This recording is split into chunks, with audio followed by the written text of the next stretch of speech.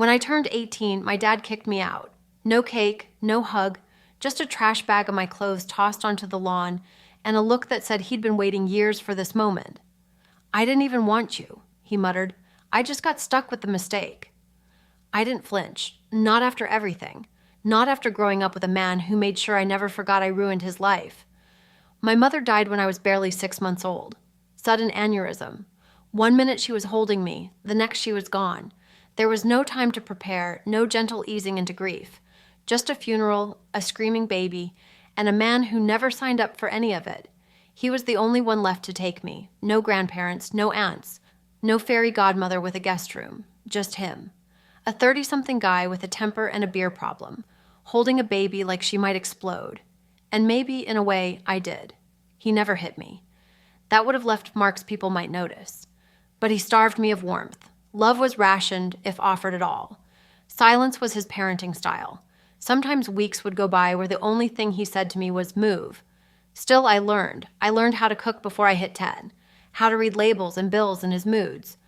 I learned how to vanish into school libraries and make up stories about a mom I never remembered, but missed like she just walked out the room. By 16, I had 2 jobs. I knew the expiration date on our arrangement was approaching, and when it came, on the morning of my 18th birthday, I wasn't surprised, just hollow.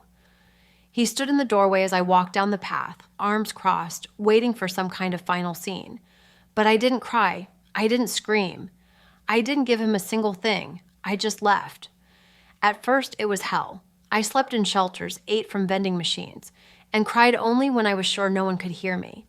But survival was a skill I already knew. I worked hard, got certified in coding, built websites for local businesses, and taught myself the rest from free YouTube videos and sheer stubbornness. By 26, I'd launched my first app. By 30, I was running a full company, flying cross-country for meetings and making more in a month than he probably had in a year. People started to know my name, not because of tragedy, but because I'd turned survival into something sharp and golden. And then about 2 years later, a message came through a distant cousin I hadn't even known about. My dad met in a car accident that left half his body paralyzed. He was sick, alone, asking if I might come see him. No apology, of course. Just that same entitled tone, like I owed him something, like raising me, even bitterly, even coldly, was some kind of favor I should repay. I didn't reply. Instead, I sent a card, simple, white, no return address. Inside, I wrote one line, "Even mistakes bloom when no one's watching." And I never looked back. I never went to see him. Not when the message came. Not when he was moved into the nursing home. Not when I signed the paperwork to cover the bills. I chose a good place, clean, kind staff, quiet gardens.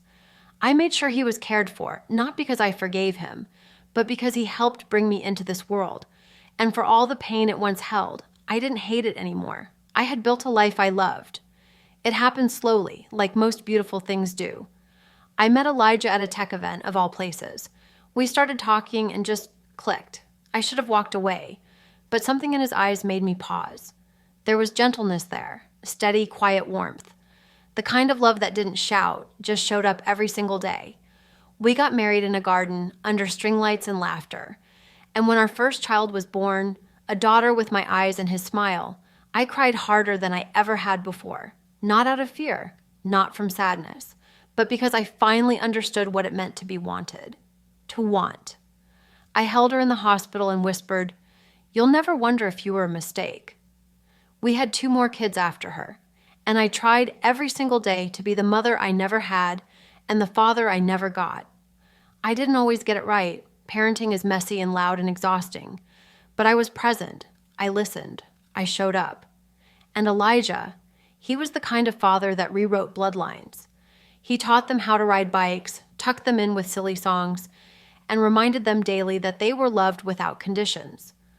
Watching him love our kids healed something in me that I didn't even realize was still broken. Sometimes I'd sit on the porch and think about how far I'd come, about that 18-year-old girl with a trash bag and no place to go. She didn't know she was walking toward peace, toward a family of her own, toward a life built from grit and grace. My father died in that nursing home, quietly, alone. I didn't attend the funeral, but I covered it, made sure it was decent. Closure isn't always about grand gestures. Sometimes it's just choosing to live better than you were taught.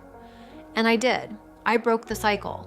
I gave my children a story different from mine, one filled with warmth, laughter, and open arms.